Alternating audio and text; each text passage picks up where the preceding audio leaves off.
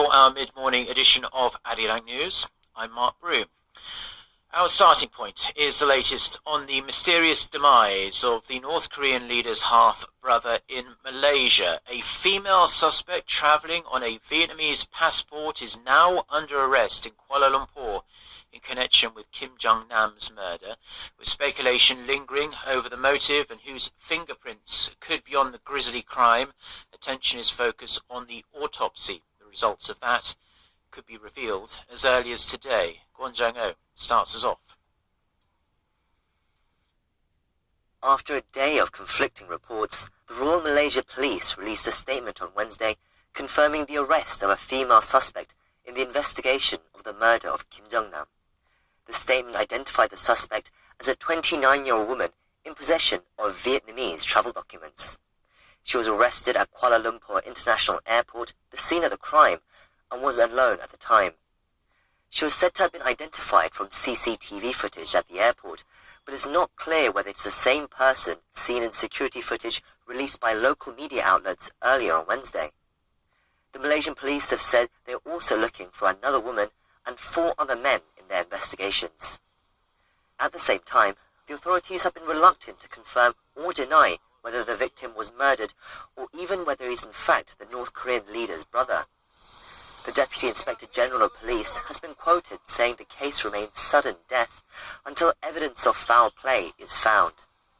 But earlier on Wednesday, Korea's National Intelligence Service did confirm the victim was Kim Jong-nam and that he had died of poisoning, although the method of delivery, either a poison needle or spray, was still to be determined.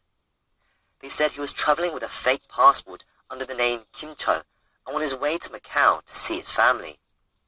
The agency added that it was not the first time Kim had been targeted and that a previous assassination attempt had been made in 2012. Malaysian authorities had been carrying out an autopsy in a hospital on Wednesday, but the results have not yet been released. Officials from the North Korean embassy in Kuala Lumpur were spotted arriving at the hospital, where they were reportedly looking to negotiate the release of Kim's body. But Malaysian police are said to have been unwilling to do so while the investigation is ongoing. Kwon Arirang News.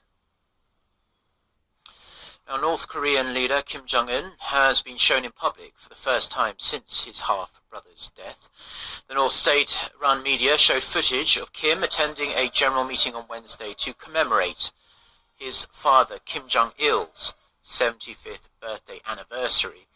The event at Pyongyang Gymnasium was attended by members of the Workers' Party and top military officials. The meeting came 2 days after the apparent assassination of Kim Jong-un's half-brother. Now, in other news, the top diplomats of South Korea and the United States will meet in Germany on Thursday for the first time since President Trump took office. Officials say Seoul's Foreign Minister Yoon Byung-se and U.S. Secretary of State Rex Tillerson will discuss ways to cooperate on countering North Korea's nuclear and missile threats. They will hold the talks on the sidelines of the G20 foreign ministers meeting in Bonn. Later Thursday, Minister Yoon and Tillerson will be joined by their Japanese counterpart Fumio Kishida for a trilateral meeting. The following day, South Korea and Japan will hold one-on-one talks. A local court is set to hold a hearing this morning to decide whether or not to issue an arrest warrant for Samsung heir apparent Lee Jae-yong. The hearing comes as the independent counsel team dedicated to investigating South Korea's massive corruption scandal filed an arrest warrant for Lee for the second time earlier this week. The team is charging the billionaire business tycoon with diverting assets overseas and concealing gains from a criminal act, on top of the original charges of bribery, embezzlement and perjury the team filed against E in its first warrant request. The Seoul Central District Court rejected the first request last month.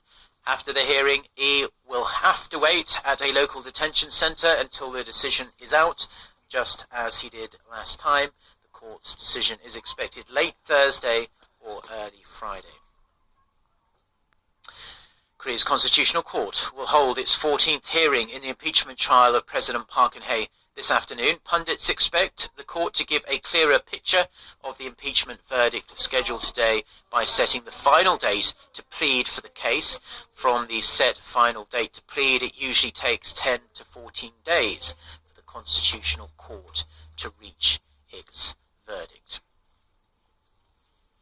Now, South Korea has risen up the ranks of economic freedom, according to a report released by a US think tank. The country now ranks 23rd, up from 27th among the 180 nations surveyed in the Heritage Foundation's Index of Economic Freedom report.